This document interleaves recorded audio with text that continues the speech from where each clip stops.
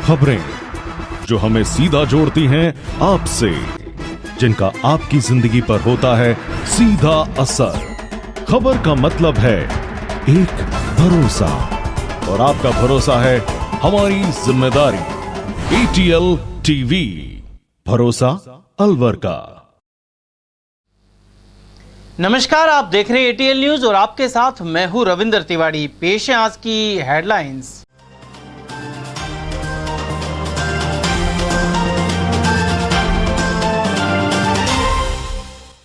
Registrar office की महिला कार्मिक ने जहर खाकर दी जान। मनमार्ग की थी निवासी। पियर पक्ष ने ससुराल वालों पर मानसिक प्रताड़ना के लगाए आरोप। घुमंतु समाज के बच्चों के स्कूल पर जेसीबी चलाने से पनपा आक्रोश। सामाजिक संगठनों ने कार्रवाई को लिया आड़े हाथ। प्रदेश में हर व्यक्ति की आभा आईडी बनाकर रखेंगे मेडिकल हिस्ट्री। राज्य सरकार ने बनाई योजना।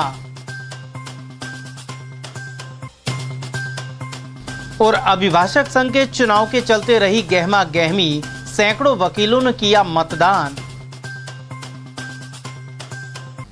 और अब खबरें विस्तार से। कोतवाली थाना अंतर्गत मनमार्ग निवासी एक विवाहिता ने सेल्फोस खाकर जान दे दी। वहीं पियर पक्ष ने ससुराल पक्ष पर प्रताड़ित करने और आत्महत्या के लिए विवश करने का आरोप लगाया है। जानकारी के अनुसार मनमार्ग निवासी दीपक ग्रोवर की 38 वर्षीय पत्नी सोनिया खत्री अलवर के रजिस्ट्रार ऑफिस में पदस्थापित थी। उसने मानसिक तनाव के चलते जहरीली दवा का सेवन कर लिया।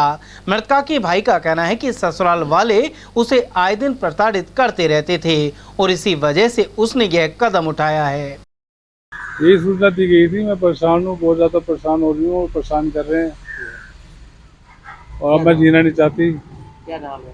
सोनिया खत्री। पति का नाम? दीपक ग्रोवर। कब हुई शादी? 2004 में। अच्छा, तो शादी के बाद से ये स्थिति है? बहुत 18 साल हो गया, बता नहीं सकता। बहुत से कारण है, बहुत से कारण है।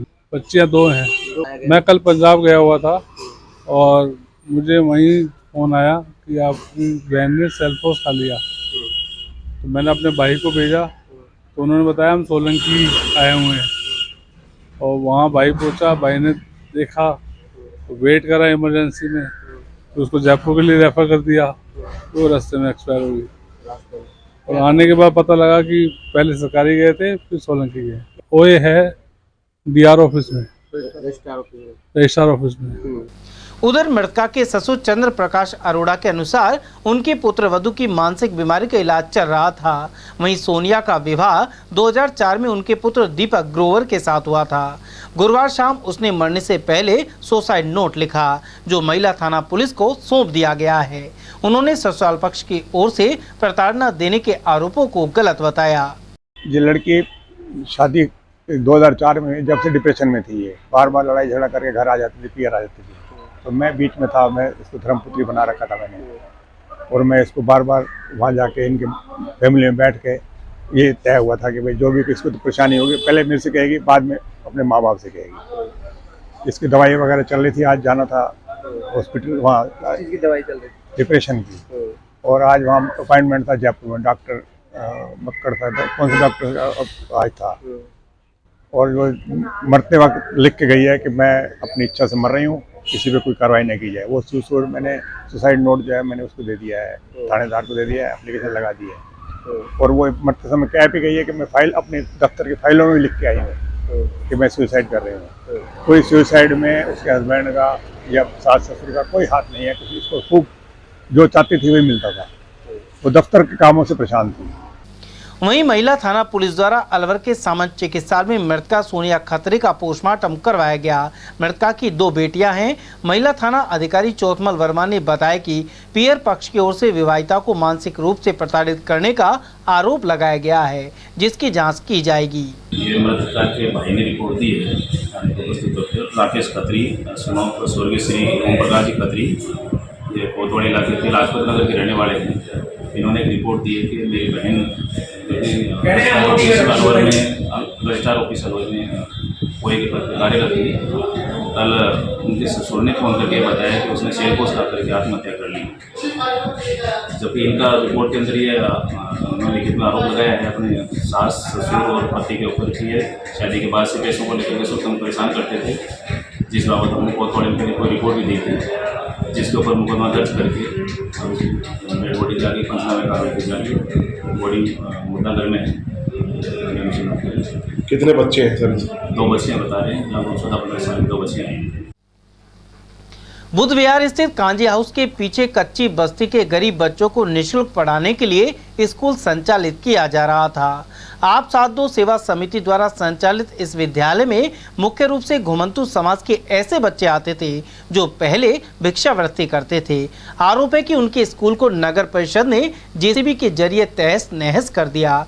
इसे लेकर समिति से जुड़े एससी मित्तल सहित अनेक पदाधिकारियों ने पत्रकार वार्ता कर सरकार पर निशाना साधा। डॉक्टर मित्तल ने बताया कि आप साथ दो सेवा समिति द्वारा इन बच्चों के लिए खोले गए स्कूल को जेसीबी से तोड़ दिया गया है, जबकि यह गरीब और बेसहारा बच्चों के पढ़ने का स्थान था। वहीं बच्चों ने भी अपनी व्यथा का इजहार किया।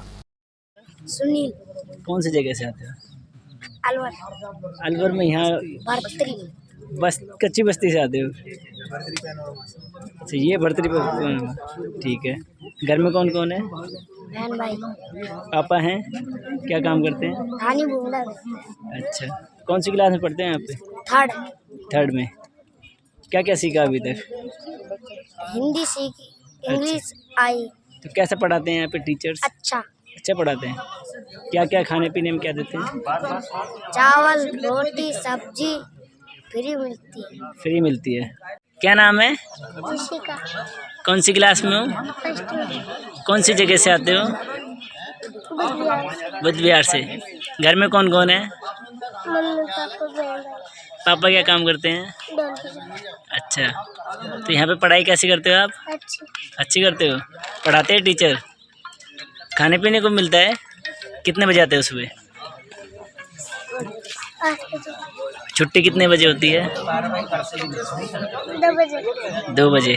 आप साथ दो समिति द्वारा गरीब और असहाय बच्चे जो इनके पेरेंट्स बहुत ही घुमंतु परिवार से हैं, उन बच्चों को यहाँ पढ़ाने की एक संस्था है आप साथ दो समिति, और इसमें सभी शहर के गणमान्य नागरिक जुड़े हुए हैं।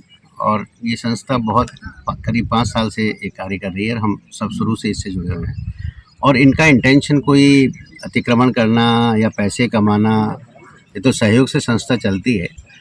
पर जो रात को नगर परिषद वालों ने जिस बर्बरता से आज जो आप देख रहे हैं, आप विजुअल्स देखेंगे, मैं ये नहीं कह रहा कि उन्होंने नोटिस नहीं दिया होगा या हमारे जो मेन कार्यकर्ता हैं दिनेश करार जी, उनको नहीं बुलाया होगा, परंतु जिस तरह रात के अंधेरे में आप बहुत सारे अतिक्रमण अलवर में हो रहे हैं, आप कहाँ नहीं देखते। अग्रसेन सर्किल से हमारे मित्तल हॉस्पिटल के कितने अतिक्रमण हो रहे हैं, वहाँ पर रेलवे स्टेशन के पास कितने अतिक्रमण हैं। इनके नाक के नीचे अतिक्रमण हो रहा है, यूआईटी के और नगर परिषद के नाच के नीचे दुकान चलाते हैं। परंतु ऐसे जो बच्चों को हम अच्छा काम कर रहे हैं, उनके एक तरह से टेम्परेरी शेड्स हैं, उनको तोड़ना। अब बताइए कितना इसमें पैसा लगा है, कौन तो इनको रिप्लेस करेगा? ये सहयोग से आ रहा है, चंदे से आ रहा है, तो मतलब कहीं न कहीं इनकी इंटेंशन ठीक नहीं है। मैं तो एक ही बात कहता हूँ कि कहीं न कहीं इनकी यदि कोई बात है तो जो लोग उनके हमारी समिति के सदस्य थे उनको बुलाते, उनके साथ मीटिंग करते, पर एक व्यक्ति को टारगेट करना और अपनी ईगो को सेटिस्फाई करना, मुझे लगता है कि ये प्रशासन की हठधर्मिता है। इसको हम गलत मानते हैं और इसके लिए हम विरोध भी जारी रखेंगे। जिला कलेक्टर से मिलेंगे और हम कहते हैं हमें इनको अल्टरनेट ज़मीन दे दीजिए, कहीं किराए का मकान दे दीजिए। इनको बच्चे की पढ़ाने की जिम्मेदारी तो सरकार की है ना साहब। यदि सरकार, और हमने अप्लाई किया हुआ है, सबने प्रशासन, हमारी समिति वाली जिला कलेक्टर से मिले थे सोनी जी से, इन्होंने पहले पानी बंद कर दिया। तो एक पर्सनल ईगो किसी व्यक्ति की है, मुझे लगता है वो शायद हर्ट हुई है, उसकी वजह से कार्रवाई हुई है। तो मैं इस कार्रवाई की भर्त्सना करते हैं हम सब लोग मिलकर के, और हम आशा करते हैं कि जिला प्रशासन इसको देखेगा और इन बच्चों के भविष्य का ध्यान रखेगा। इन बच्चों का भविष्य बनाना चाहते हैं हम, इनको कोई ज़मीन अलॉट करें, किराए पे मकान दिला दें, हम किराया देने को तैयार हैं, परंतु इनका भविष्य ना बिगड़े, केवल यही बात है। हमें अतिक्रमण की बात नहीं है, वास्तव में खैर सरकारी ज़मीन है, परंतु इसमें ऐसा कोई इंटेंशन नहीं है। मेन बात है हम इंटेंशन को देखें। जिन लोगों ने 20-20, 50-50 साल से घर बना रखे हैं, अतिक्रमण हो रहा है, बिजली पानी फ्री ले रहे हैं, टीवी चला रहे हैं, एसी चला रहे हैं, उनका कुछ नहीं हो रहा है। और यहाँ पे जो बच्चे पढ़ते हैं, जो रात को रुकते भी नहीं हैं, दिन में रहते हैं और चले जाते हैं, तो ये मुझे लगता है ये अन्याय किया है प्रशासन ने, खान नगर परिषद प्रशासन। हम इसकी घोर निंदा। कितने क्लास की पढ़ाई कराते हैं यहाँ पे? ये 5वीं तक के बच्चे पढ़ाते हैं, छोटे बच्चे होते हैं और उनको स्कूल से हम बस लेके आते हैं। उनका भी कुछ हम पैसे नहीं लेते, बल्कि इनको बच्चों को खाना भी यहाँ पे फ्री मिलता है। यहाँ पर हर व्यक्ति को इनको दिन नाश्ता खाना सब कुछ फ्री मिलता है। तो ऐसे धर्म के काम में और ऐसे अच्छे कार्य के लिए मुझे लगता है प्रशासन को सहयोग देना चाहिए, बजाय कि इनको इनके जो स्कूल्स को तोड़ना चाहिए। उधर ब्रजभूमि कल्याण परिषद ने स्कूल को तोड़ने की आलोचना की है। परिषद संयोजक डॉक्टर पंकज गुप्ता के अनुसार एक ओर तो भूमाफियाओं को जमीनों की बंदरबाट की जा रही है, वहीं दूसरी ओर घुमंतू समुदाय के बच्चों को मुख्य धारा में लाने के लिए खोले गए स्कूल पर बुलडोजर चलाया जा रहा है। उन्होंने कहा कि रात के अंधेरे में सरकार ने बुधवार गौशाला के पीछे स्थित भवन को तोड़ने के साथ ही बच्चों के सामान को तितर बितर कर दिया। कुल मिलाकर इस कार्रवाई के चलते बच्चे मायूस हैं और सामाजिक संगठन आक्रोशित है। 5-6 साल पहले कचरा बीनने वाले बच्चों को पढ़ाने का प्रचलन किया था। कचरा बीनते हैं, नट समाज के हैं, घुमंतू समाज के हैं और 5-7 महीने पहले यहाँ पर आए थे। लोगों से चंदा लेकर के ये शेड वगैरह बनाए थे और इनको पढ़ाने का प्रबंध कर रहे थे। सरकार से निवेदन था कि इनको कोई ज़मीन दे दो, इनको पढ़ाने का प्रबंध हो जाए। सरकार ने हजारों बीघा ज़मीन बंदरबाट करके भ्रष्टाचार करके आवंटित कर दी, लेकिन ये छोटे छोटे बच्चे हैं, ये कचरा बीनने वाले बच्चे हैं, इनको पढ़ाने का काम हम लोग करते थे। लेकिन सरकार जो है इससे कोई लेना देना नहीं है। सरकार की जिम्मेदारी इनको पढ़ाने की नहीं है, सरकार की जिम्मेदारी इनको मुख्य धारा में लाने की नहीं है, सरकार की जिम्मेदारी इनको नेस्तनाबूद करने की है। इसके लिए भंवर जितेंद्र सिंह जिम्मेदार है, टीकाराम जूली जिम्मेदार है, गहलोत सरकार जिम्मेदार है और इन सब ने मिलकर के और जो है नगर परिषद के ऊपर दबाव बनाया और उन्होंने ये काम किया है। हमने कहा कि ये सरकारी ज़मीन है, हम मानते हैं इस बात को, लेकिन इन बच्चों का कोई अल्टरनेटिव प्रबंध करते। ये जनता के कोई सरकारी खजाने से नहीं बने हैं। ये हमारे छोटे छोटे लोगों ने, आम जनता ने पैसा इकट्ठा, किसी ने 100 रुपये दिए, किसी ने 50 रुपये दिए, किसी ने 500 रुपये दिए, किसी ने 1000 रुपये दिए। मैं हूँ, कैप्टन साहब हैं, डॉक्टर मित्तल है, हम सब लोग मिलकर के और ये सब काम बच्चों को पढ़ाने का काम करते हैं। लेकिन इस तरह से रात के अंधेरे में इन्होंने ये जो अत्याचार किया है, बच्चों के पढ़ाने का आशियाना उजाड़ा है, इनकी संतति खराब हो जाएगी। ये सरकार तो जाएगी, लेकिन इनकी संतति खराब हो जाएगी। राज्य सरकार की योजना है कि 30 वर्ष से अधिक आयु वाले हर व्यक्ति की एक यूनिक आईडी बनाई जाए। इसे आभा आईडी नाम दिया गया है। इसमें संबंधित व्यक्ति की अन्य जानकारियों सहित मेडिकल हिस्ट्री भी रहेगी।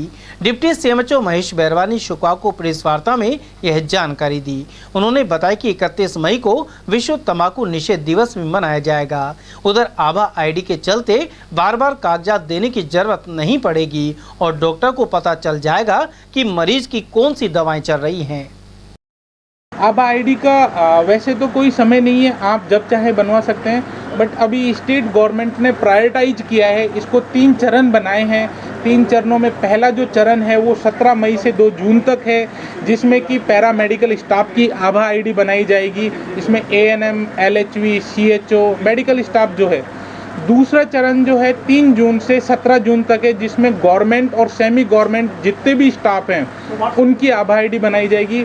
और 18 जून से और 20 अगस्त तक जो टारगेटेड पॉपुलेशन है, जो हमारी जनसंख्या है, आबादी है, उसमें 30+ जो लोग हैं उनका आभा आईडी बनाने का कार्य स्टार्ट होगा 18 जून से 20 अगस्त तक का। आप आम आदमी अपने नज़दीकी sub centre, PHC, CHC, district hospital, सब डिस्ट्रिक्ट हॉस्पिटल पे जाके, NCD कॉर्नर पे जाके अपनी आभा आईडी बनवा सकते।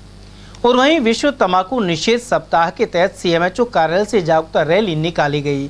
डिप्टी सीएमएचओ महेश बैरवा ने बताया कि निरोगी राजस्थान के तहत युवाओं को नशे की लत से दूर रखने पर जोर दिया जा रहा है।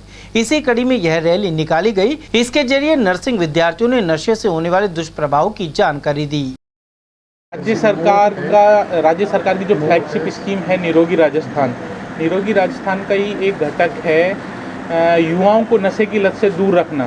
तो उसी को कैरी फॉरवर्ड करते हुए स्टेट गवर्नमेंट ने वाइड ऑर्डर निकाले हैं कि 31 मई जो विश्व तंबाकू निषेध दिवस मनाया जाता है, उसी के उपलक्ष्य में विश्व तंबाकू निषेध सप्ताह भी मनाया जाएगा 25 मई से 31 मई तक।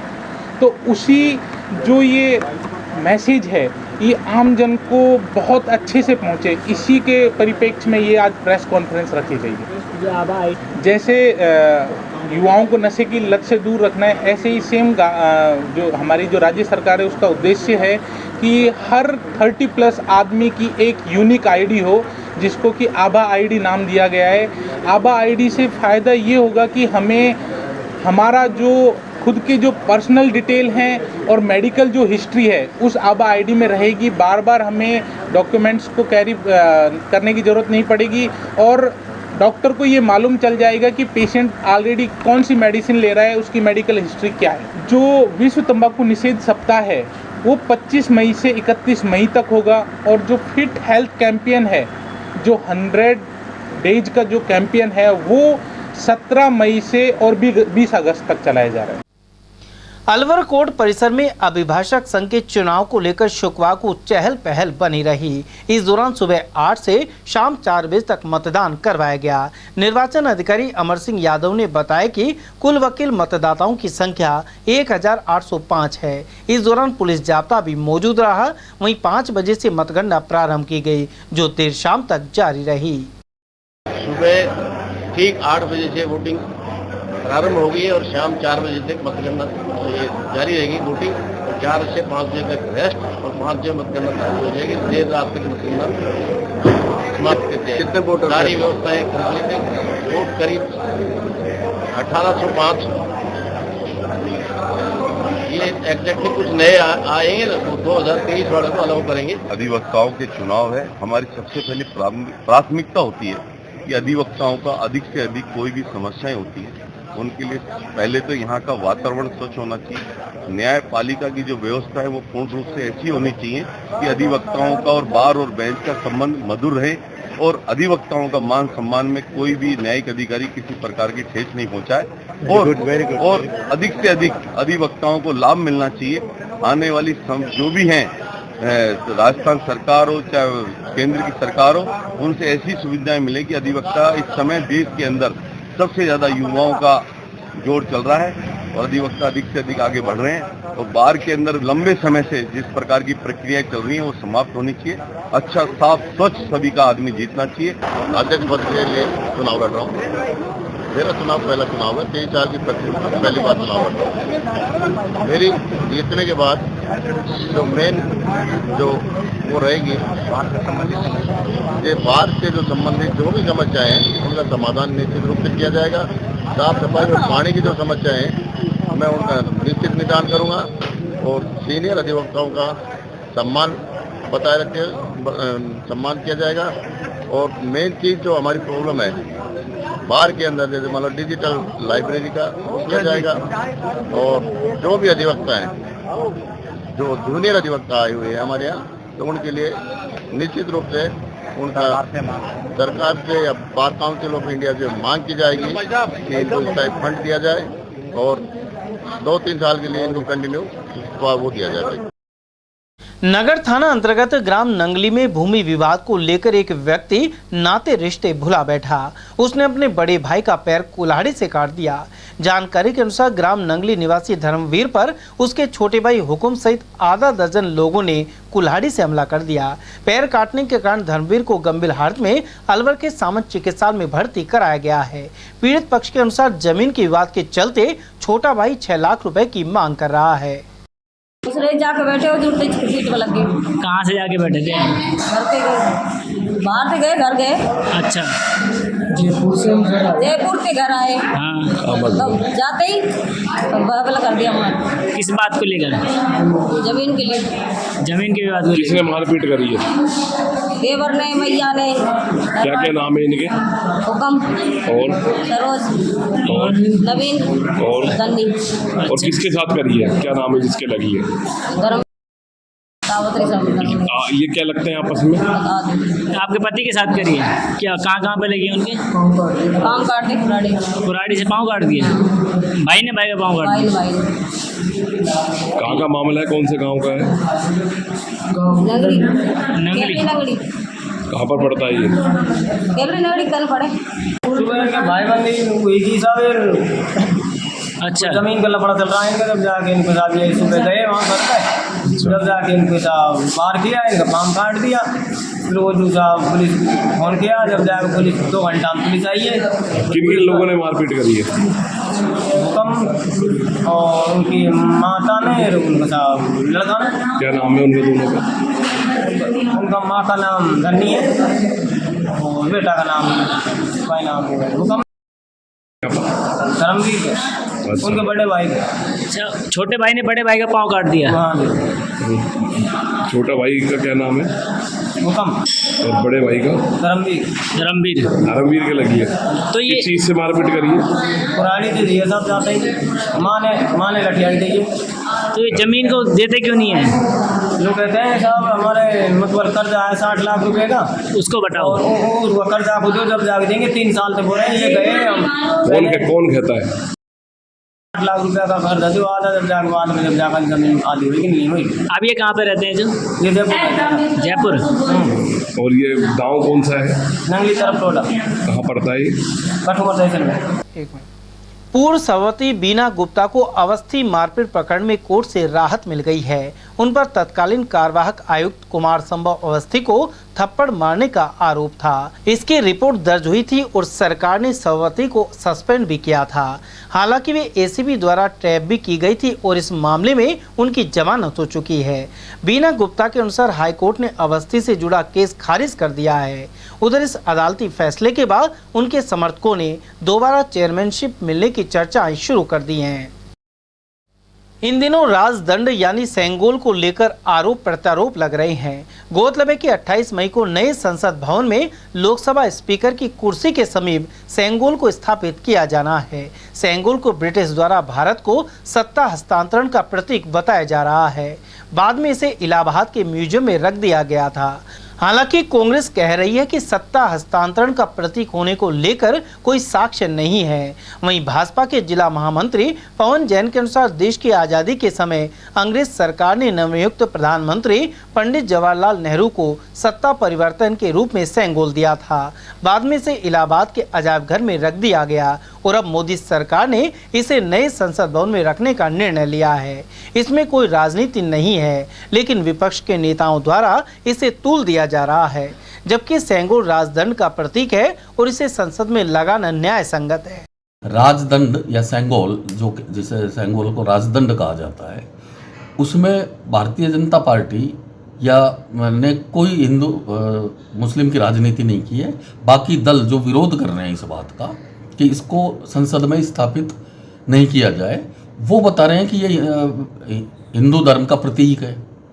जब हिंदू धर्म का प्रतीक है तो लॉर्ड माउंटबेटन ने आज़ादी से पहले नेहरू जी से पूछा कि सत्ता हस्तांतरण का कोई प्रतीक यदि होता है तो बताएं। तो उन्होंने अपने सहयोगी श्री राजगोपालाचारी से पूछा और उन्होंने बताया कि राजदंड सेंगोल एक ऐसी परंपरा है कि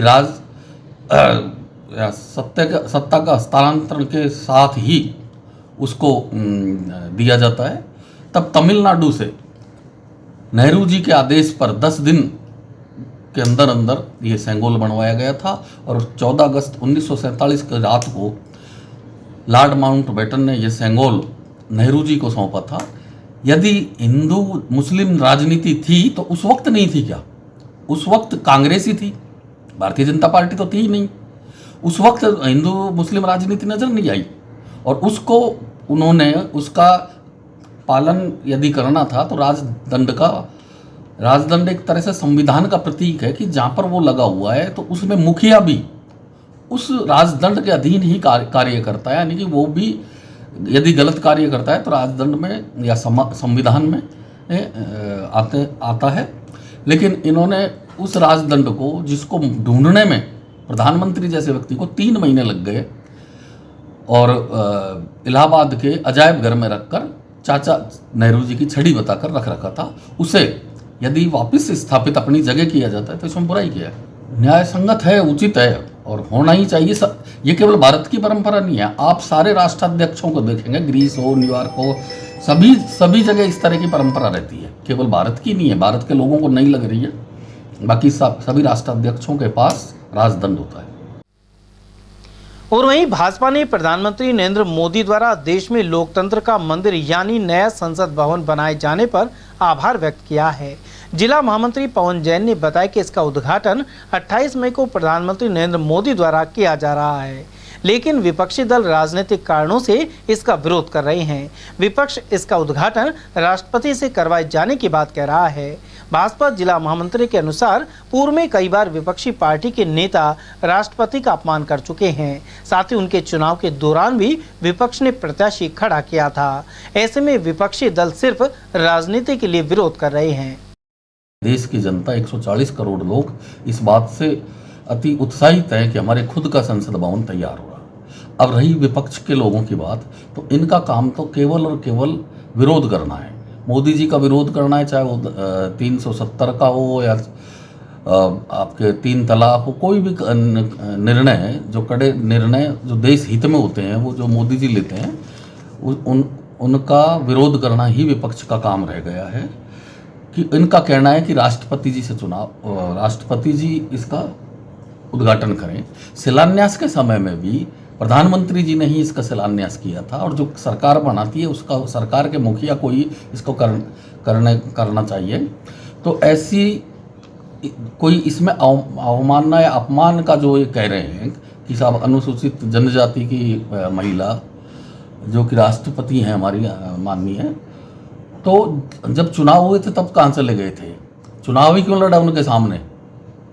तब तो इनको ऐसा नहीं लगा। तो कुल मिलाकर बात यह है कि विपक्ष का काम केवल और केवल विरोध करना है, इसलिए विरोध कर रहे हैं। पूरा देश की जनता, पूरे देश के लोग मोदी जी के साथ हैं। और सेंट्रल विस्टा जो कि हमारी आज़ादी का प्रतीक, आज़ाद भारत की नई संसद जिसमें अत्याधुनिक तकनीक से बनाई गई, उसका के लिए धन्यवाद देते हैं। जलदाय विभाग द्वारा खुदवाए गए 9 ट्यूबवेल जिला कलेक्टर के निर्देशों के बाद शुरू कर दिए गए हैं। अधिशासी अभियंता कमल नारंग ने बताया कि कलेक्टर के निर्देश के बाद विभाग द्वारा 9 ट्यूबवेल खुदवाए गए थे। इनमें से 8 ट्यूबवेल पूर्व में ही चालू कर दिए गए थे।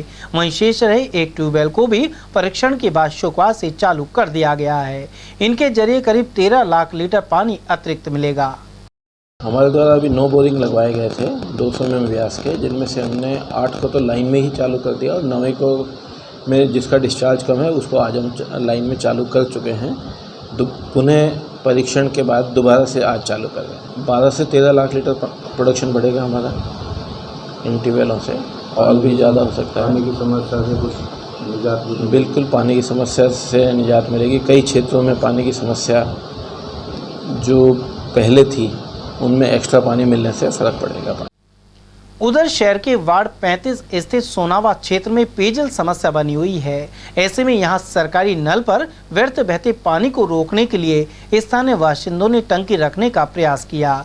आरोप है कि अवैध कनेक्शन लेने वाले कुछ लोग इसके विरोध पर उतर आए और टंकी नहीं रखने दी। ऐसे में क्षेत्रीय निवासी शुक्रवार को अरावली विहार थाने पहुंचे, साथ ही संबंधित व्यक्तियों के खिलाफ कार्रवाई करने और फिर से टंकी रखवाने की मांग उठाई।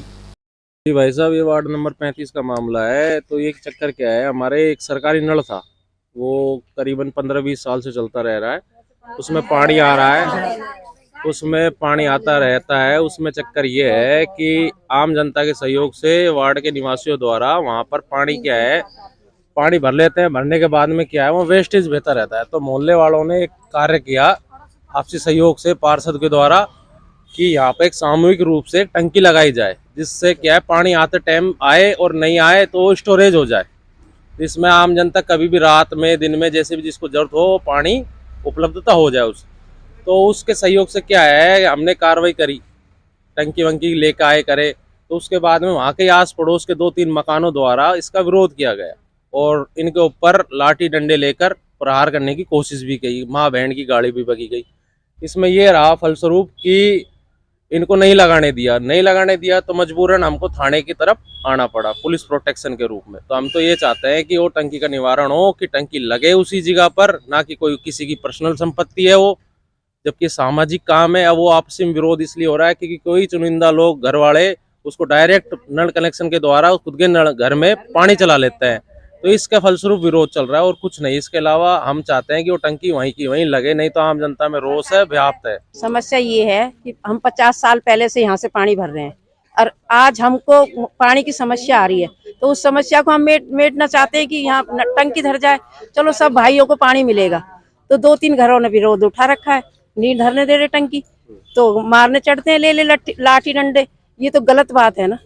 तो सभी बस्ती में सभी पानी तो सबको चाहिए। ऊपर वाले भी हैं, पहाड़ पे रहते हैं, कितने लोग हैं, वो कितने दुखी हैं, कितने परेशान है पानी से। अरे भाई आप भी भरो, हम भी भरे, सभी लोग भरो। हम ये चाहते हैं कि पानी सबको मिले। तो वो सर लगाना चाहते हो टंकी? वहाँ कुएं पे हैगी वहाँ टंकी, पुराना कुआ है। हम बहुत पुराने यहाँ के रहने वाले हैं।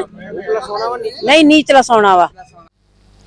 अलवर के एपीएस सहित आर्मी और केंद्रीय विद्यालय के बच्चों को समर कैंप के तहत अरावली विहार थाने का भ्रमण कराया गया। इस दौरान करीब 50 बच्चों को थाने के मालखाने, अनुसंधान कक्ष और पुलिस की कार्यप्रणाली से अवगत करवाया गया। सहायक उप निरीक्षक मुकेश कुमार ने बताया कि आर्मी की ओर से 26 मई से 3 जून तक समर कैंप लगाया जा रहा है।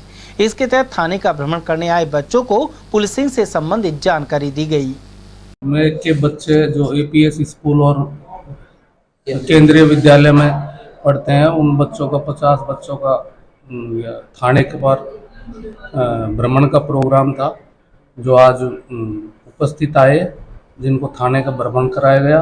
तो थाने की कार्य प्रणाली के बारे में बताया गया और बच्चों संबंधी अपराधों के बारे में जानकारी दी। कौन सी कक्षों का भ्रमण कराया? क्या मालखाना, एचएम कार्यालय, कंप्यूटर शाखा और रिकॉर्ड रूम और अनुसंधान अधिकारी हवालातों के आदि। आर्मी के अधिकारी भी उपस्थित है। किशनकुंड विकास समिति की ओर से पक्षी बचाओ परिंदे लगाओ अभियान की शुरुआत की गई है। समिति के अध्यक्ष हिमांशु शर्मा के अनुसार तेज गर्मी में मूक प्राणियों और पक्षियों को पानी मुहैया करवाना सभी का दायित्व है। किशनकुंड विकास समिति भी मिट्टी से बने हुए परिंदे भरकर पेड़ों पर लटका रही है। वहीं इस अवसर पर अंतर्राष्ट्रीय ब्राह्मण समाज के जिला अध्यक्ष मनोज शर्मा, संरक्षक केजी गुप्ता, कैलाश चंद शर्मा, बनवाई लाल शर्मा, ओम प्रकाश सोलंकी, ओम प्रकाश अरोड़ा और अतुल नाथ योगी आदि मौजूद रहे। पक्षी बचाओ परिंदे लगाओ, पक्षी बचाओ परिंदे लगाओ, पक्षी बचाओ परिंदे लगाओ, पक्षी बचाओ परिंदे लगाओ, पक्षी बचाओ परिंदे लगाओ। किशनकुंड विकास समिति जिंदाबाद, जिंदाबाद, जिंदाबाद। किशनकुंड विकास समिति की ओर से आज जो है पक्षियों के लिए परिंदे लगाए गए। बहुत तेज गर्मी के कारण यहाँ पर पशु पक्षी हमेशा प्यासे रहते हैं। यहाँ पर जितने भी खेल कुंडे हैं, उनको भी छोटे छोटे रूम में भरने के प्रयास किए जाते रहे हैं।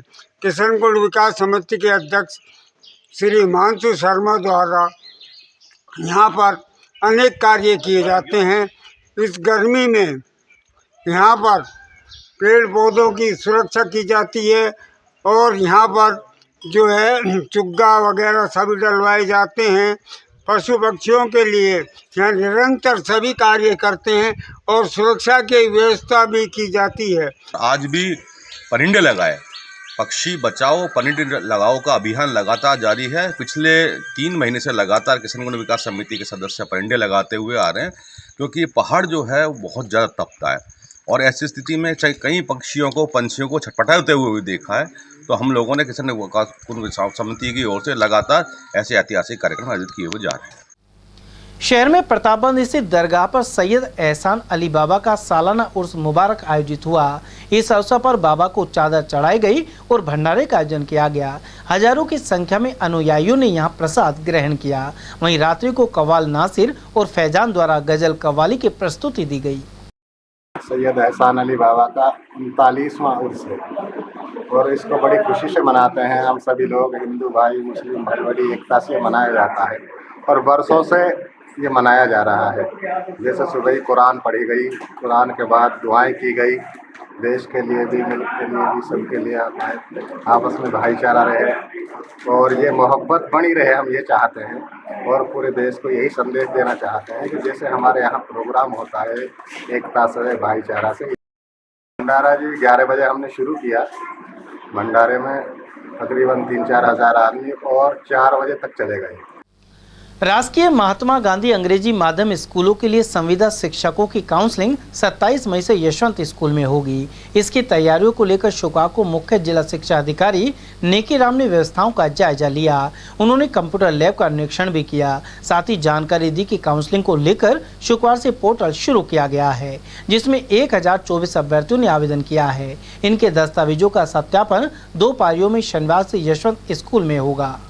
महात्मा गांधी में स्कूलों में जो अंग्रेजी माध्यम में हैं उनके लिए संविदा पर रिक्रूटमेंट किया जा रहा है, जिसके लिए आज 26 से ही पोर्टल चालू हो गया है।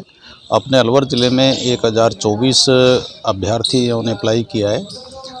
कल से इनका डॉक्यूमेंट वेरिफिकेशन राजकीय यशवंत उच्च माध्यमिक विद्यालय में किया जा रहा है और 2 पारियों में होगा। मॉर्निंग पारी होगी, इवनिंग पारी होगी। और वहीं माध्यमिक शिक्षा बोर्ड की 12वीं आर्ट्स परीक्षा में श्रेष्ठ परिणाम लाने वाले विद्यार्थियों का शुक्रवार को यशवंत उच्च माध्यमिक विद्यालय में सम्मान हुआ। सीडीओ नेकीराम और स्कूल प्राचार्य डॉक्टर घनश्याम सैनी द्वारा 75% से अधिक अंक लाने वाले बच्चों का स्वागत किया गया। प्राचार्य ने बताया कि इस विद्यालय के कला, कॉमर्स और साइंस संकाय में परिणाम 75% से अधिक रहा है। वहीं श्रेष्ठ प्रदर्शन करने वाले 35 मेधावियों को सम्मानित कर उनका उत्साह बढ़ाया गया है। विद्यालय में तीनों फैकल्टियाँ हैं, आर्ट्स, कॉमर्स, साइंस। आर्ट्स में हमारे 65 बच्चे सीनियर क्लास में थे, कॉमर्स में हमारे 8 बच्चे थे और साइंस में 42 बच्चे थे। और मैक्सिमम बच्चों ने 75% से ऊपर, यानी 50% बच्चों ने 75% से ऊपर। और कुछ बच्चे तो ऐसे जिन्होंने अपने विषय में, जैसे पॉलिटिकल साइंस में 100 में से 100 लिया, इकोनॉमिक्स में 99 लिए, केमिस्ट्री फिजिक्स में 100 में से 100 लिए। तो आज उन सभी बच्चों का यहाँ जो 35 के लगभग बच्चे हैं, इनको बुलाकर श्रीमान जिला शिक्षाधिकारी और वर्तमान सीडीओ का चार्ज इनके पास है, नेकीराम जी के माध्यम से इनको माल्यार्पण कर इनका स्वागत अभिनंदन किया, मिठाई खिलाई गई और इनका उत्साहवर्धन किया कि ऐसे ही राज्य के विद्यालयों का ये नाम रोशन करते रहे। संजीवनी योग फाउंडेशन द्वारा नेहरू गार्डन में निःशुल्क योग प्रशिक्षण शिविर लगाया जा रहा है। योग प्रशिक्षक संजीव शर्मा ने बताया कि 1 माह का यह कैंप 21 जून तक चलेगा। सुबह 5:30 बजे आरंभ होने वाले शिविर में प्रतिदिन 250 से 300 लोग पहुंचकर योग सीख रहे हैं। साथ ही शुगर, सर्वाइकल और थायराइड सहित अन्य बीमारियों का व्यायाम द्वारा उपचार भी बताया जा रहा है। लगभग 6-7 साल से हम जब योग प्रशिक्षण शिविर लेते हैं 1 माह का नेहरू गार्डन के अंदर, और ये जो योग प्रशिक्षण शिविर जो है, ये अंतर्राष्ट्रीय योग दिवस जब 21 जून को आता है उससे 1 माह पहले, यानी 21 मई से 21 जून तक हम इसको लगाते हैं। तो इसके अंदर हमारा उद्देश्य ये होता है कि योग का अत्यधिक प्रचार हो, और योग प्रशिक्षण जब हम देते हैं तो उसके अंदर योगा टीचर हम तैयार करते हैं, जिससे वो आगे भी योगा का जो प्रचार कर सकें, ज़्यादा से ज़्यादा अच्छी बना सकें। यूपीएससी की परीक्षा पास करने पर अलवर के यश शर्मा को विप्र गौरव सम्मान प्रदान किया गया है। ब्राह्मण समाज के युवा अध्यक्ष आकाश मिश्रा ने बताया कि आईएएस परीक्षा में जिले के लघिमा तिवारी, यश शर्मा और मनीषा भारद्वाज का चयन हुआ है। वहीं इनमें शामिल यश अलवर शहर के निवासी हैं। उन्होंने इस परीक्षा में 196वीं रैंक हासिल की है। ऐसे में युवा ब्राह्मण सभा परिवार द्वारा सूर्य नगर स्थित उनके निवास पर जाकर विप्र गौरव सम्मान प्रदान किया गया। वहीं भगवान परशुराम की प्रतिमा भेंट करने के साथ ही साफा बांधा गया। इस अवसर पर कार्यकर्ताओं द्वारा ढोल नगाड़ों के मध्य आतिशबाजी की गई। इस अवसर पर यश शर्मा के पिता लोकेश शर्मा और मां दीपा शर्मा, न्यायिक कर्मचारी संघ के पूर्व अध्यक्ष मुकेश वशिष्ठ, महेश उपाध्याय, जगराम, हरिओम कटारा और केपी शर्मा आदि उपस्थित रहे। श्रेय सबसे पहले तो पेरेंट्स को जाता है, मम्मी और पापा, उसके बाद भाई, और उसके बाद बहुत सारे दोस्त थे मेरे जो पूरे 4 साल मेरे साथ बने रहे हैं। पूरा सपोर्ट रहा है उनका, तो इन लोगों को सबसे पहले मैं श्रेय देना चाहूँगा। मेरी नानी जो अब नहीं रही, उनका भी बहुत कॉन्फिडेंस था मेरे पे। इसके अलावा कठिनाइयाँ ज़्यादा नहीं रही हैं इस प्रिपरेशन में, क्योंकि पेरेंट्स का बहुत सपोर्ट रहा है हमेशा से, ना फाइनेंशियल कॉन्स्टेंट्स ऐसे रहे हैं। संतुष्ट पूरी तरह से तो नहीं हूँ मैं अभी। दोबारा प्रिपरेशन एग्ज़ाम थोड़े दिन बाद ही है, तो उसकी तैयारी तो बहुत अच्छी नहीं है इस बार, बट हाँ कोशिश करने की सोच रहा हूँ। अभी फाइनल डिसीजन नहीं लिया है मैंने। जैसे वो फर्स्ट प्रिलिमिनरी एग्ज़ाम हो जाएगा, उसके बाद थोड़ा ध्यान से और सोचूंगा और लोगों से बात करके और डिसीजन लूँगा कि करना क्या है, आईपीएस में ही ज्वाइन करना है या फिर आगे और एग्ज़ाम देने हैं। और अलवर ज़िले से अनेक सिलेक्शन यूपीएससी में हुए हैं और इसी संदर्भ में आज हम यश शर्मा जी के निवास पर पहुंचे हैं। और ब्राह्मण समाज की यदि बात करें तो ब्राह्मण समाज से भी 3 बड़े सिलेक्शन यूपीएससी में इस बार हुए हैं, जिसमें लकीमा तिवारी जिनकी 19वें स्थान जिन्होंने प्राप्त किया है। इसी के साथ यश शर्मा जी ने 196वां अंक रैंक प्राप्त करी है और साथ ही मनीषा भारद्वाज जी ने 522वीं रैंक यूपीएससी में प्राप्त करी है। और ये हम सभी के लिए, पूरे अलवर जिले के लिए नहीं अपितु पूरे समाज के लिए गौरवान्वित करने वाला विषय है कि इन्होंने एक अच्छे अंक प्राप्त करके, अच्छी रैंक प्राप्त करके देश के अंदर जिले का और समाज का नाम रोशन किया है। इसी संदर्भ में आज हम यश शर्मा जी के निवास पर पहुंचे हैं और उनका ब्राह्मण गौरव सम्मान उनका किया है और ढोल नगाड़े के साथ में और आतिशबाजी के साथ में हर व्यक्ति आज खुशियां मना रहा है। शहर में नयाबाद स्थित महात्मा गांधी राजकीय विद्यालय में समाज सेवा शिविर जारी है। वहीं शिविर में भाग ले रहे बच्चों को अलवर के गांधी स्वास्थ्य सदन प्राकृतिक चिकित्सा केंद्र में भ्रमण कराया गया। इस केंद्र के मंत्री सुशील झालानी ने सभी का स्वागत किया। वहीं चिकित्सक जितेंद्र सेन और उर्मिला गुप्ता ने इस पद्धति के बारे में विस्तार से बताया। बच्चों ने यहां श्रमदान भी किया। संस्था सदस्य पूर्णमल की ओर से उन्हें अल्पाहार वितरित किया गया। शिविर में शकुन, कुसुम यादव, संस्था सदस्य राम प्रकाश, रजनी, मन्नी देवी, सुल्तान और विष्णु भी उपस्थित रहे। जिला उद्योग एवं वाणिज्य केंद्र द्वारा जिला स्तरीय पुरस्कार के लिए 30 मई तक आवेदन मांगे गए हैं। जिले में कार्यरत हथकरघा, बुनकर और सहकारी समितियों से यह आवेदन लिए जाएंगे। केंद्र के महाप्रबंधक MR मीणा के अनुसार इन समितियों द्वारा कार्यालय से आवेदन प्राप्त किए जा सकते हैं। वहीं जिला कलेक्टर की अध्यक्षता वाली समिति उत्पादों और कलाकृतियों का चयन करेगी। जो भी बुनकर सहकारी समिति हैं और इंडिविजुअल जो बुनकर हैं जिले के, उनके आवेदन पत्र हमने 30 मई तक मांगे हैं। 30 मई तक जो आवेदन पत्र अपना यहाँ जमा करा देता है तो उसमें 4 तरह के पुरस्कार रखे हैं, फर्स्ट, सेकंड, थर्ड और एक चौथा सांत्वना पुरस्कार रखा है। तो 30 तारीख तक जो भी इंटरेस्टेड हैं वो अपना आवेदन पत्र जिला उद्योग केंद्र से प्राप्त करके और यहाँ जमा करा दें। और इनका जो कमेटी बनी हुई है जिसके कलेक्टर चेयरमैन हैं, तो जो प्रोडक्ट आएंगे जो भी लोग, तो कलेक्टर साहब की अध्यक्षता में उनमें पुरस्कार का चयन किया जाएगा। और फर्स्ट पुरस्कार में 5100 रुपये है, सेकंड में 3100 है, थर्ड में 2100 है और फिर सांत्वना पुरस्कार है 11। शहर में विवेकानंद नगर तिराहे पर पानी भरने से आवाजाही मुश्किल हो गई है। यहाँ हरिमंगल मैरिज गार्डन के सामने के क्षेत्र में पानी भरा रहता है, लेकिन वार्ड 34 के इस इलाके की कोई भी सुध नहीं ले रहा। ऐसी स्थिति में क्षेत्रीय लोगों में आक्रोश व्याप्त है। एलिमेंट्री सेकेंडरी टीचर एसोसिएशन ने खैरतल जिले के विशेषाधिकारी डॉक्टर ओम प्रकाश बैरवा को 6 सूत्रीय मांग पत्र सौंपा है। साथ ही उनका रेस्टा के प्रदेश प्रवक्ता राजू चौधरी के नेतृत्व में स्वागत किया गया। चौधरी ने बताया कि यह ज्ञापन सीएम, शिक्षा मंत्री और अपर मुख्य सचिव के नाम दिया गया है। इसमें तृतीय श्रेणी शिक्षकों की तबादला सूची जल्द जारी करने और गैर शैक्षणिक कार्यों से मुक्ति आदि मांगे शामिल हैं। वहीं प्रतिनिधि मंडल में जिला अध्यक्ष भूपेंद्र सिंह जाट सहित विक्रम सोनी, मंजू सैनी और अन्य पदाधिकारी मौजूद रहे। सेकेंडरी टीचर एसोसिएशन रेस्टा की तरफ से नवनिर्मित खैरतल जिले के विशेषाधिकारी श्रीमान डॉक्टर ओम प्रकाश जी बैरवा का आज शिक्षक संघ रेस्टा की तरफ से स्वागत किया गया, सम्मान किया गया। साथ ही थर्ड ग्रेड शिक्षकों के ट्रांसफर और वाइस प्रिंसिपल पदों पर सीधी भर्ती, शिक्षकों को गैर शैक्षणिक कार्यों से मुक्ति, शिक्षकों पर हो रहे अत्याचार को रोका जाए, उसके लिए अधिनियम लाया जाए इत्यादि कामों का एक मांग पत्र विशेषाधिकारी महोदय को सौंपा गया। विशेषाधिकारी महोदय ने हमारी बातों को गंभीरता से सुना, विचार किया, साथ ही सहानुभूतिपूर्ण विचार करते हुए राज्य सरकार को भिजवाने का पूर्ण आश्वासन दिया। समाचार में वक्त तो चला छोड़ से ब्रेक का, बने रहिए अटल टीवी के साथ। हीरे, सोने, चांदी के जेवरातों के विक्रेता Durga Prasad Sunil Dutt jewellers, Bajaja Bazaar, Alwar.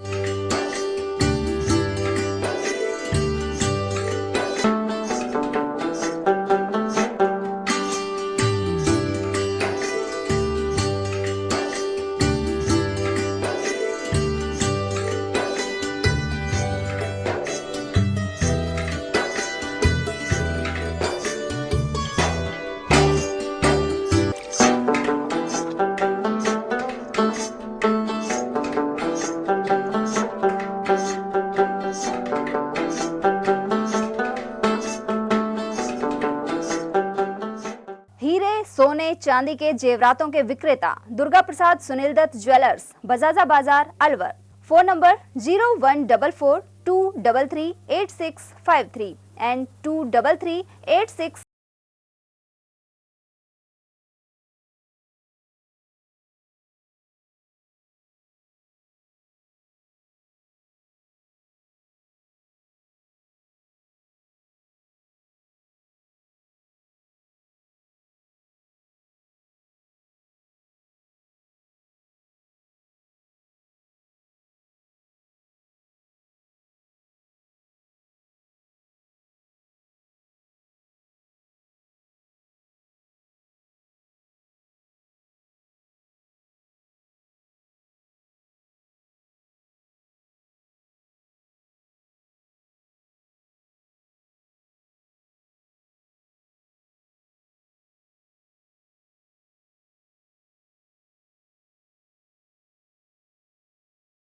(941769) and 9414019768। ATL द्वारा गर्मी के मौसम में वन्य जीवों के लिए जारी मुहिम के तहत काफी वर्षों से पानी और चारा बालाकिला जंगल में भेजा जा रहा है।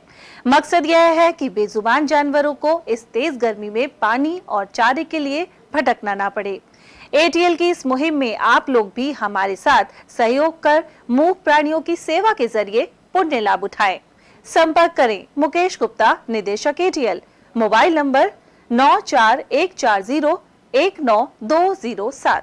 चंद्रलोक सिटी तिजारा में फिर से खुल गया है अपने नए रंग रूप और नए स्वाद के साथ hotel Chandralok and food plaza. अब आप उठा सकते हैं लजीज व्यंजनों का स्वाद। South Indian foods, dosa, idli, Chinese foods, chow mein, Manchurian, spring roll व स्टार्टर में चिली पनीर, पंजाबी खाना, छोले भटूरे, स्पेशल थाली, आइसक्रीम एवं शेक्स और इतना ही नहीं, बच्चों के खेलने के लिए झूले और पार्क, शादी, बर्थडे पार्टी, एनिवर्सरी के फंक्शन के लिए AC banquet hall, stage, sofa, शानदार काउंटर सहित व गार्डन, पार्किंग सुविधा और ठहरने के लिए लग्जरी रूम, इवेंट और केटरिंग वो भी किफायती दामों में उपलब्ध है। तो आकर लजीज खाने का स्वाद उठाएं और अपनी बुकिंग तुरंत कराएं। पता गेट नंबर 1, चंद्रलोक सिटी तिजारा। संपर्क करें 8971109660 पर या 8209838407 पर। ब्रेक के बाद पुनः आपका स्वागत है।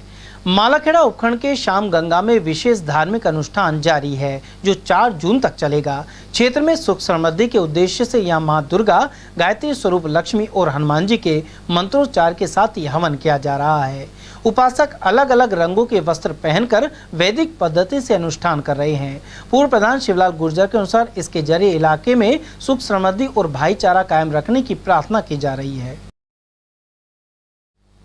मालाखेड़ा से श्याम गंगा के मध्य स्टेट हाईवे 44 पर अवैध रूप से चल रहे वाहन दुर्घटना का सबब बन रहे हैं।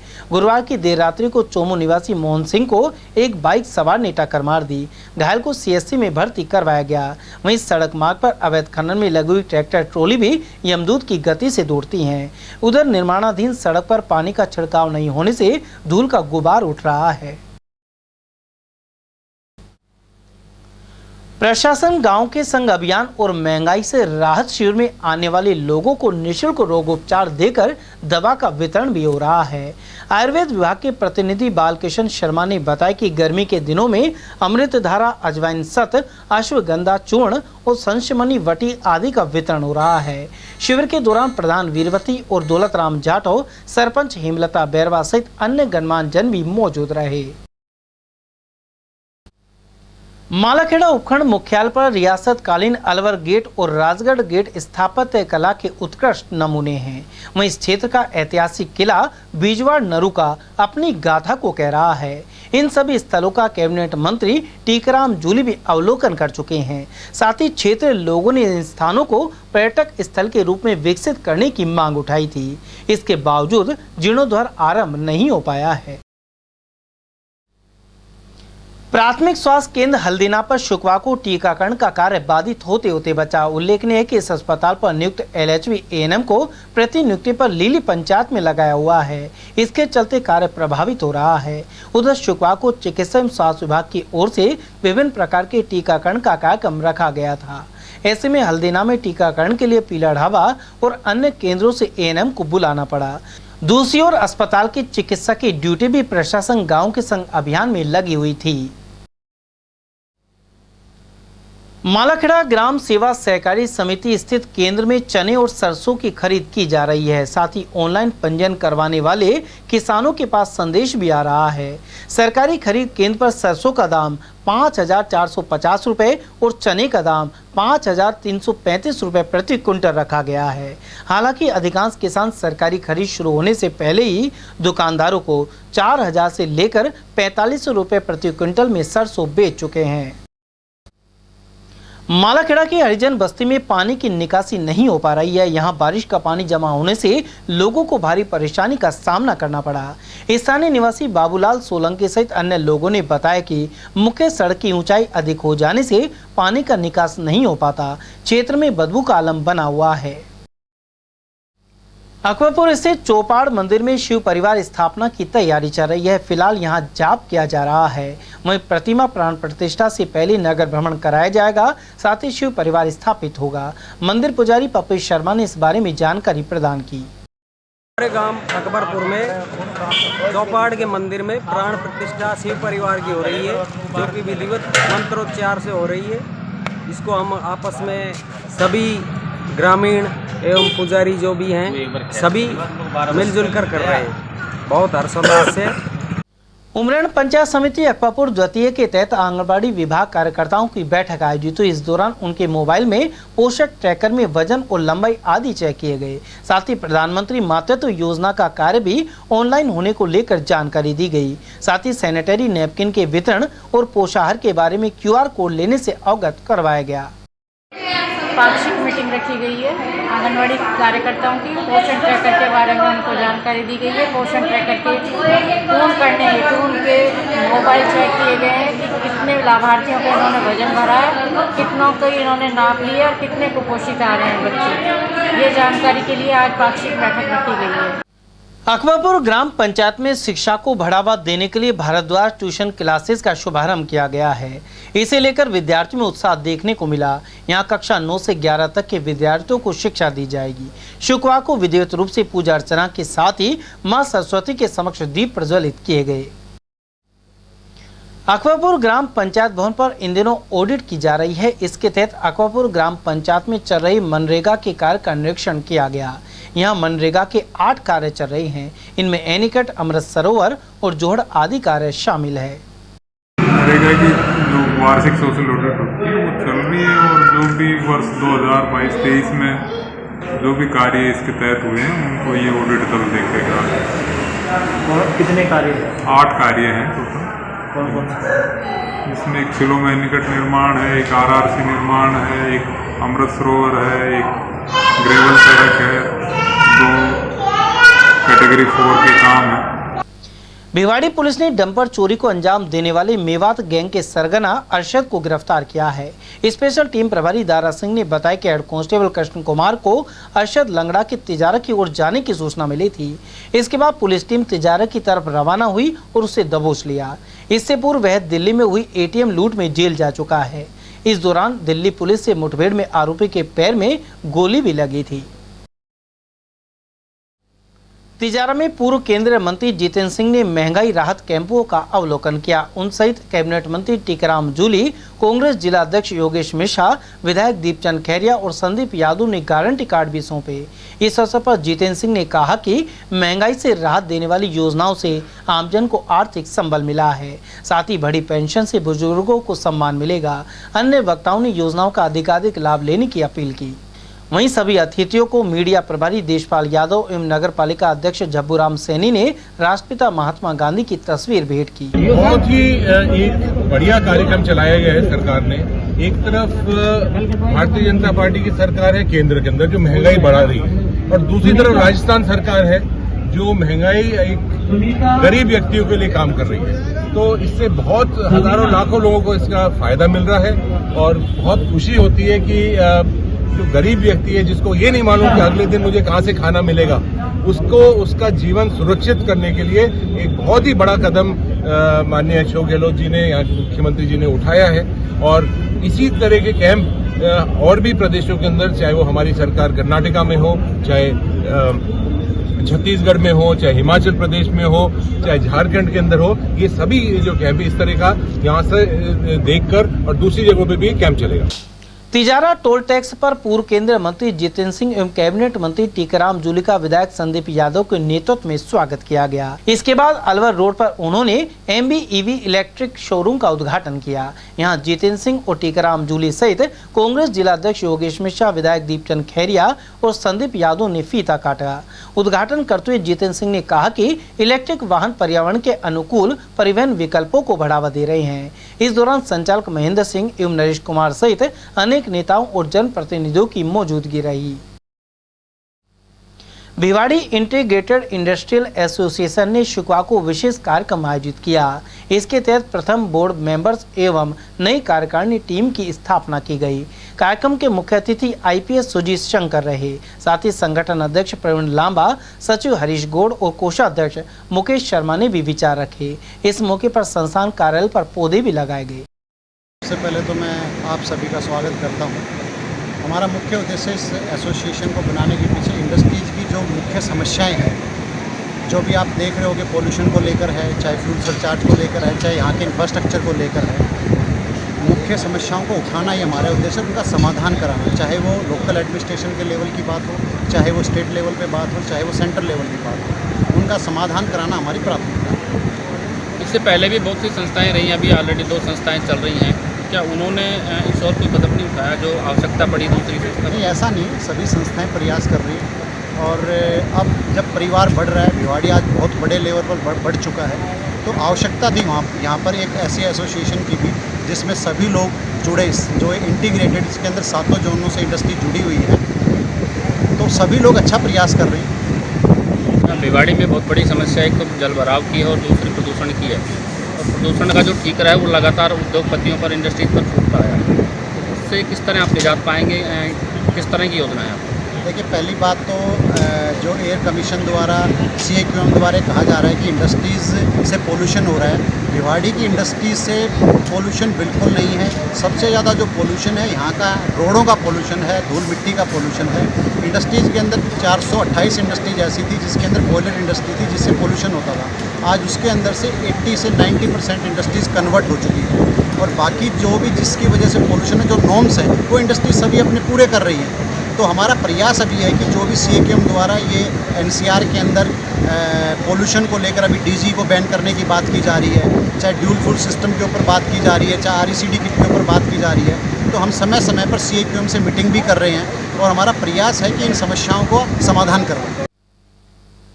तिजारा की होनार छात्रा ने माध्यमिक शिक्षा बोर्ड 12वीं आर्ट्स में श्रेष्ठ अंक प्राप्त किए हैं। राजकीय बालिका विद्यालय टपुकड़ा की छात्रा निशा यादव को 92.40% अंक मिले हैं, जबकि यह छात्रा रोजाना 8 किलोमीटर दूर स्थित अपने गांव बैरावास कला से आती थी। प्रधानाचार्य नीलम यादव सहित अन्य गुरुजनों और परिवारजनों की प्रेरणा से यह उपलब्धि हासिल करने वाली निशा भविष्य में प्रशासनिक सेवा में जाना चाहती है। और मैं राजकीय बालिका उच्च माध्यमिक विद्यालय टपुकड़ा की छात्र हूँ।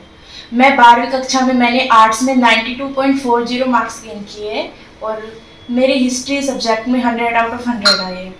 तो मैं सबसे पहले जो अपना जो श्रेय है कामयाबी का, वो अपने पेरेंट्स और अपने स्कूल टीचर्स इनको देना चाहूँगी, क्योंकि इनकी वजह से मेरे इतने नंबर आए। इनकी सपोर्ट की वजह से इन्होंने इतना मुझे मोटिवेट किया है, इतना हर चीज़ मतलब सपोर्ट किया है, पीछे से हर चीज़ आगे से आगे मुझे प्रोवाइड कराई है। मैं सिविल सर्विसेज में जाना चाहती हूँ और मैं एक IAS ऑफिसर बनना चाहती हूँ। उधर रामगढ़ स्थित मानव पब्लिक सीनियर सेकेंडरी स्कूल की छात्रा सपना शर्मा ने 12वीं आर्ट्स में कस्बे में प्रथम स्थान हासिल किया है। उन्हें 88.20% अंक मिले हैं।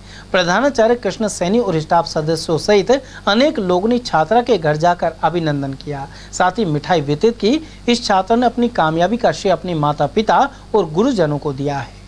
प्रधानाचार्य पद पर कार्यरत हूँ मानव पब्लिक स्कूल की छात्रा सपना शर्मा ने रामगढ़ कस्बे के अंदर कला वर्ग के परिणाम में पहला स्थान प्राप्त किया है। छात्रा की परसेंटेज 88.20 है, जो कि रामगढ़ का सत्र 2022-23 का एक विशेष कीर्तिमान है। विद्यालय के स्टाफ के साथ छात्रा के घर जाकर उसका फूल मालाओं से सम्मान किया, उसे मिठाई खिलाई, उसके अभिभावकों को बधाई दी एवं सभी ग्रामवासियों की ओर से हार्दिक बधाई इस उपलब्धि पर। और वहीं खैरतल के इंदिरा हैप्पी स्कूल के मेधावी विद्यार्थियों ने 12वीं आर्ट्स के रिजल्ट में 82 से लेकर 94% तक अंक प्राप्त किए हैं। ऐसे में शुक्रवार को इन छात्र छात्राओं का स्कूल प्रांगण में स्वागत किया गया। स्कूल निदेशक पंकज खुराना ने बताया कि इस दौरान छात्र छात्राओं के परिजन भी मौजूद रहे। वहीं संस्थापक इंद्रपाल खुराना, प्रिंसिपल ज्योति खुराना, डायरेक्टर पंकज और वंश खुराना सहित स्टाफ सदस्य मौजूद रहे।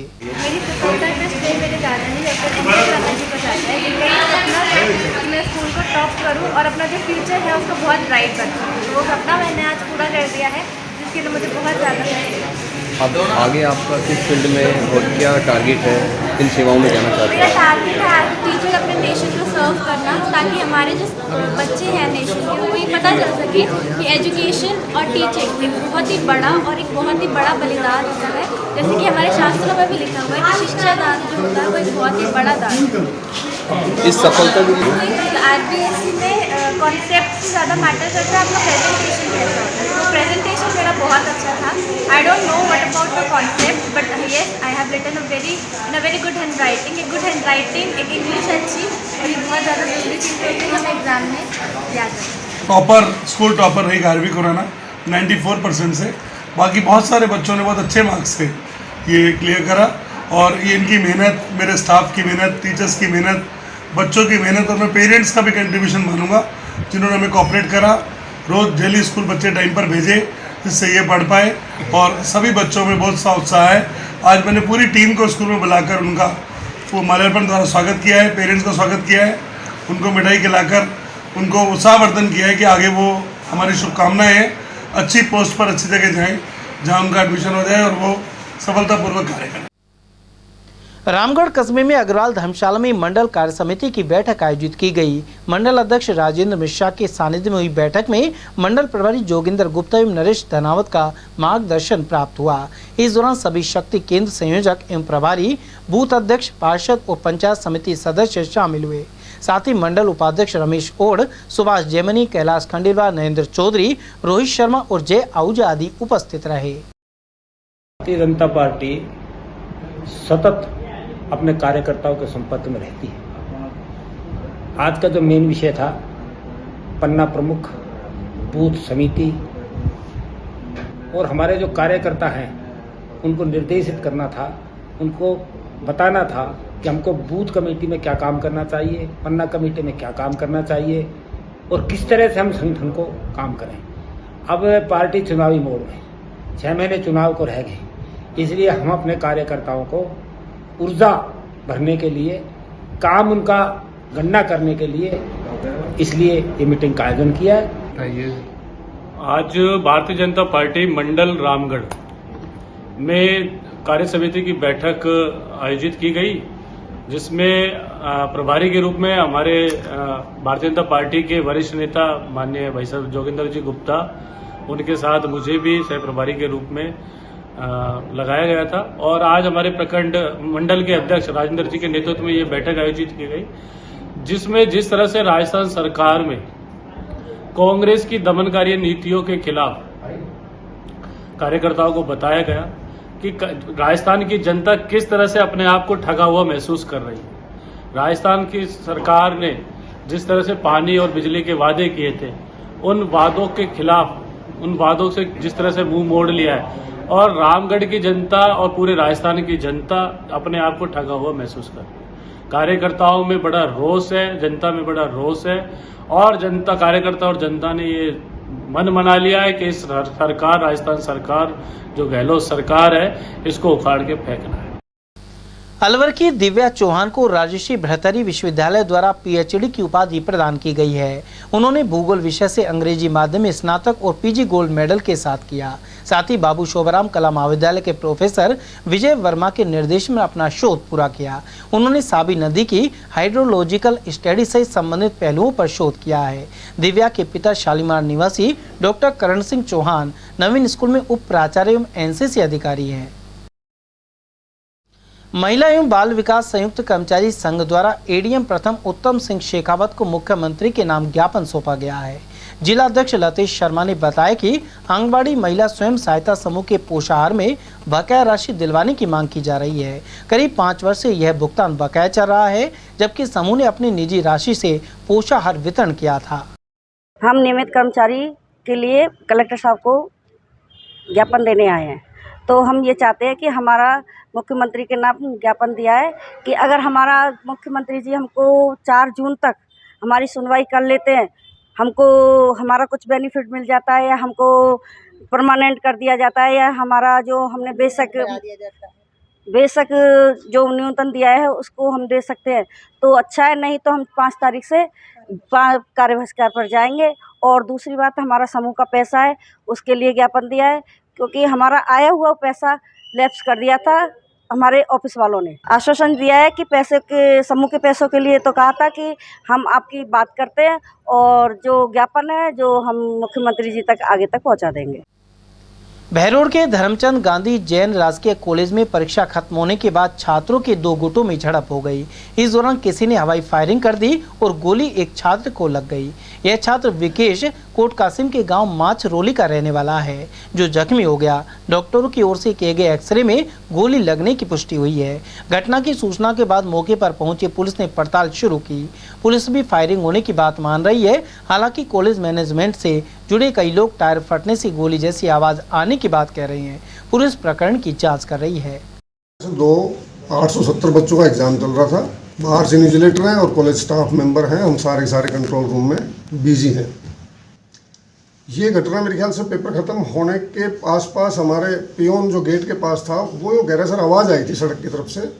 वो गया भी, 2 बच्चे कहीं दीवार के आसपास दिखाई दिए और वो चले गए।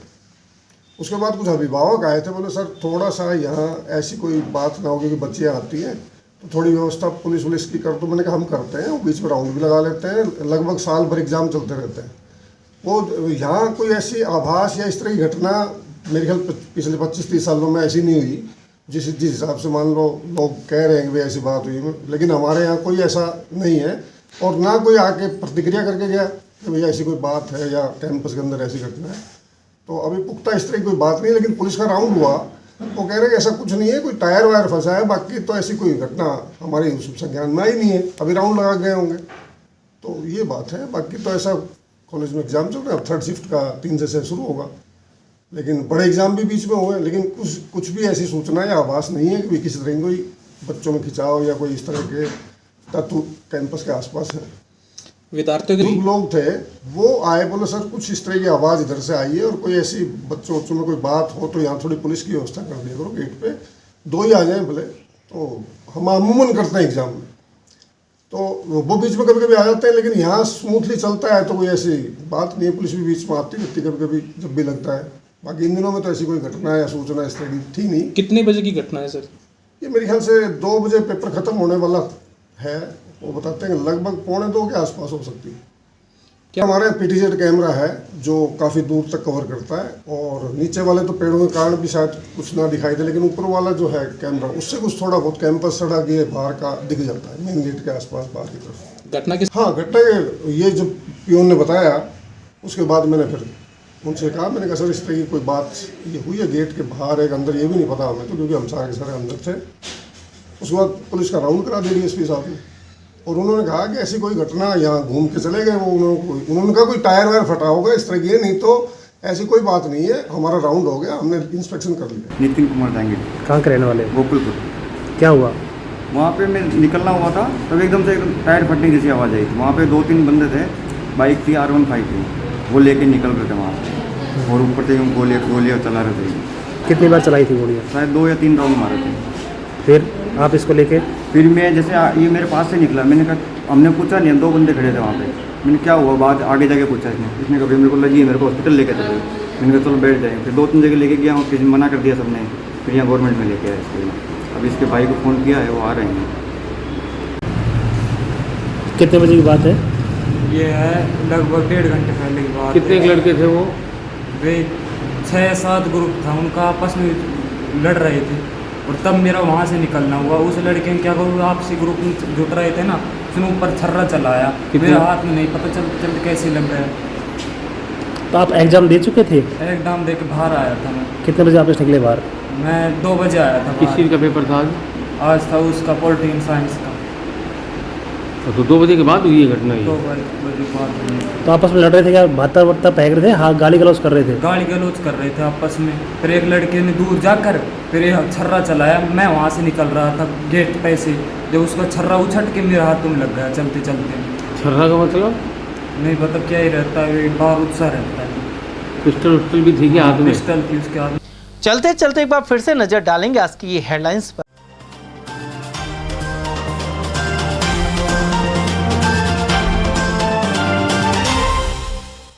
रजिस्ट्रार ऑफिस की महिला कार्मिक ने जहर खाकर दी जान। मनमार्ग की थी निवासी।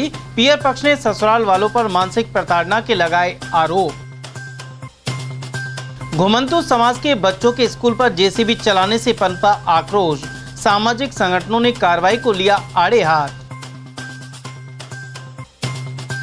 प्रदेश में हर व्यक्ति की आभा आईडी बनाकर रखेंगे मेडिकल हिस्ट्री। राज्य सरकार ने बनाई योजना। और अभिभाषक संघ के चुनाव के चलते रही गहमा गहमी। सैकड़ों वकीलों ने किया मतदान। समाचारों में आज के लिए बस इतना ही। दीजिए पूरी टीम के साथ रविंद्र तिवारी को इजाजत। नमस्कार।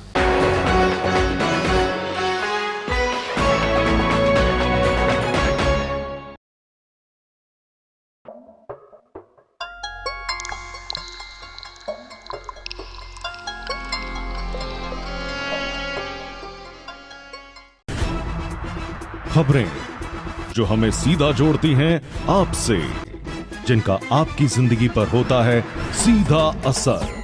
खबर का मतलब है एक भरोसा, और आपका भरोसा है हमारी जिम्मेदारी। ATL TV, भरोसा अलवर का।